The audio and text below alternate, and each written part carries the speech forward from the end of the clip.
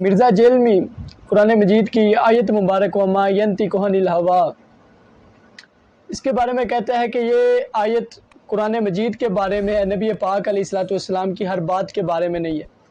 اور دوسری بات اس نے کہی کہ نعوذ باللہ من ذالک، نبی پاک علیہ الصلوۃ والسلام کی جو اجتہادی غلطیاں ہیں جس پر اللہ تبارک و تعالی نے ان کی گرفت کی ہے، نعوذ باللہ۔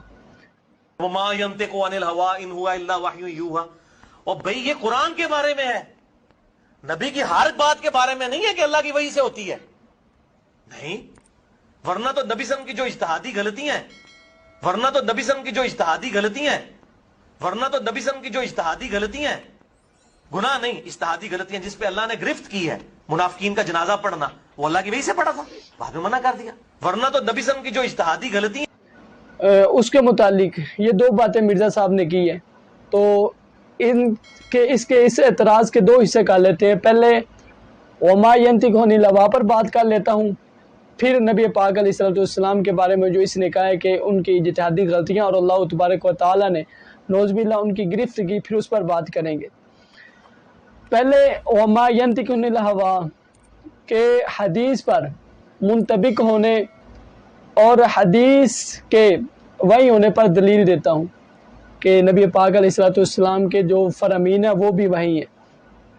پہلے تو یہ جاننا چاہیے کہ وما ینطق عن الہوا میں جو ما عموم کا فائدہ دے رہا ہے، جس میں صرف قرآن نہیں بلکہ نبی پاک علیہ الصلوۃ والسلام کی عام گفتگو، خواب، الہام، القا، عمل اور اقوال بھی شامل ہیں۔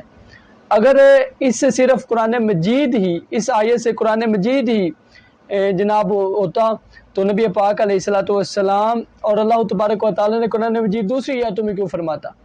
یہ وما جعلنا الرؤیا التی اریناک، اور وہ خواب ہم نے تمہیں دکھایا۔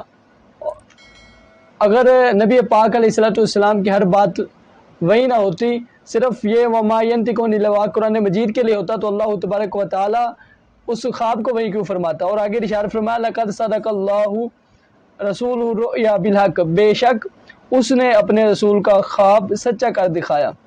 پھر ہم حدیث پاک کو بھی دیکھ لیں تو یہ مسلم شریف کی حدیث پاک ہے، حدیث کا نمبر ہے 2588۔ نبی پاک علیہ الصلوۃ والسلام نے ارشاد فرمایا کہ بے شک اللہ تبارک و تعالیٰ نے مجھے وحی کی کہ تم تواضع اختیار کرو اور کوئی ایک دوسرے پر فخر نہ کرے اور نہ کوئی ایک دوسرے پر زیادتی کرے۔ یہ مسلم شریف کی حدیث پاک ہے۔ اب نبی پاک علیہ الصلوۃ والسلام خود فرما رہے ہیں کہ اللہ تبارک و تعالیٰ نے میری طرف وحی نازل فرمائی۔ مرزا جیلمی صاحب مجھے یہ بتائیں کہ یہ قرآن مجید کے کس پارہ میں لکھا ہے، یہ کس آیت میں لکھا ہے؟ اس سے معلوم ہوا نبی پاک علیہ الصلوۃ والسلام کے جتنے بھی فرامین ہیں، حدیث مبارک ہیں، وہ بھی وہی ہیں، وما ینطق عن الہوا اس پر بھی دلالت کرتا ہے۔ اسی طرح پھر رسول پاک صلی اللہ علیہ وسلم کا عمل بھی وہی ہے۔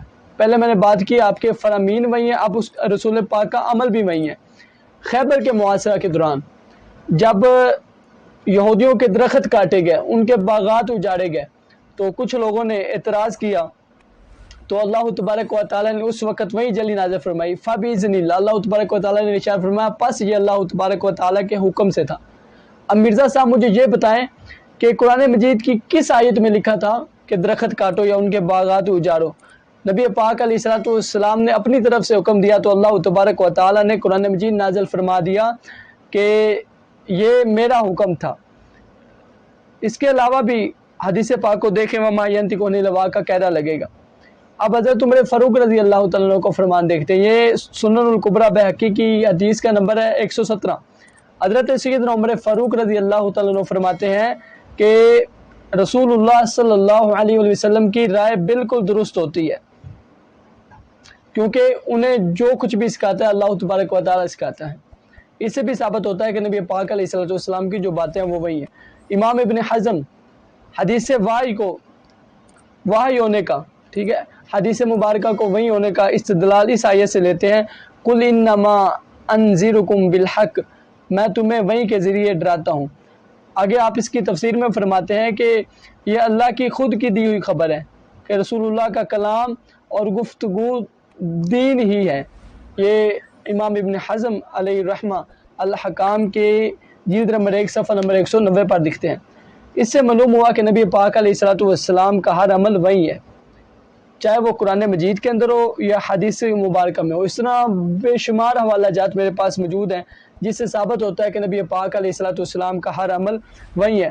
اگر مرزا کی اس بات کو لیا جائے بقول مرزا کہ یہ وہی نہیں، تو نماز و روزہ، حج، زکوٰۃ، فرائض کی ادائیگی اور ان کے احکامات کس طرح حجت قرار پائیں گے؟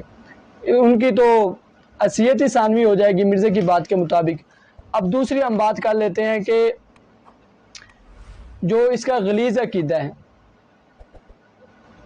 کہ اس نے اعتراض کیا کہ نبی پاک علیہ الصلوۃ والسلام کی اجتہادی غلطیاں جس پر اللہ تبارک و تعالیٰ نے گرفت کی۔ پہلی بات، یہ لفظ کہنا ہی کفر ہے، نبی پاک علیہ الصلوۃ والسلام کی گستاخی ہے، گرفت کی جاتی ہے باطل کی، حق کی نہیں، ٹھیک ہے۔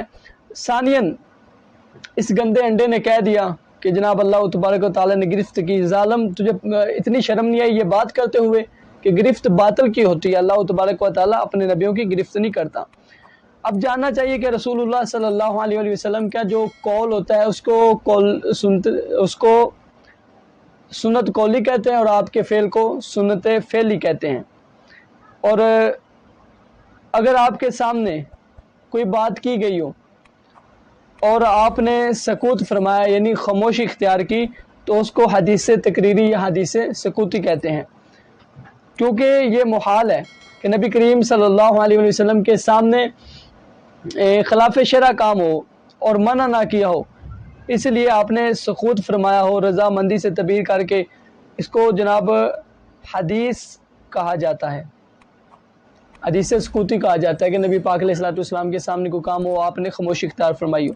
بالکل اس طرح وحی کی قسمیں بھی ہیں، ان میں ایک قسم وحی تقریری ہے کہ رسول اللہ صلی اللہ علیہ وسلم نے جو اجتہاد کرتے ہوئے اجتہاد پر عمل فرماتے ہیں، مگر اللہ تبارک و تعالیٰ کی طرف سے سکوت ہوتا ہے، یعنی اللہ تبارک و تعالیٰ کی طرف سے وحی نازل نہیں ہوتی، تو اس کو وحی سکوتی کہتے ہیں۔ اور اگر آپ کوئی ایسا اجتہاد کریں جو خلاف اللہ ہو، اللہ کی مرضی کی اس میں مزید اللہ کی مرضی مزید اصلاح کی ہو، تو اس وقت وہی جلی نازل ہوتی ہے۔ جیسے اجتہاد سے منافقین کا جنازہ پڑھایا تو اللہ تبارک و تعالیٰ نے وہی فرما دی کہ منافقین کا جنازہ نہیں پڑھانا۔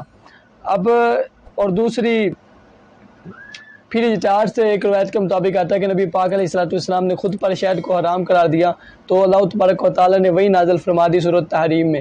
تو یہ نبی پاک علیہ الصلوۃ والسلام کا اجتہاد، اللہ تبارک و تعالیٰ نے وہی نازل فرمائی۔ تو مرزا جیلمی دجل کا مظاہرہ کرتے ہوئے کہتے ہیں، جس واقعے کو اپنی دلیل بناتا ہے نا، یہ اصل واقعہ اہل سنت و جماعت کا ہے، یہ جو حوالہ جات ہے، اور اہل سنت و جماعت اس کو وہی سکوتی قرار دیتے ہیں، یعنی نبی پاک علیہ الصلوۃ والسلام کا قول، فعل، تقریر صاحب وہی ہے، یہاں تک کہ اجتہاد اگر درست ہو تو اللہ تبارک و تعالیٰ کی طرف سے سکوت یعنی خاموشی، جیسے مواخات، مہاجر و انصار، میثاق مدینہ، مسجد نبی کی تعبیر وغیرہ، تو یہ وہی سکوتی ہے، اور خلاف اللہ ہو تو وہیں جلی نازل کر دی جاتی ہے۔ لہٰذا رسول اللہ صلی اللہ علیہ وسلم کا ہر قول، فعل، چلنا پھرنا، گفتگو وما ینطق عن الہویٰ میں داخل ہے۔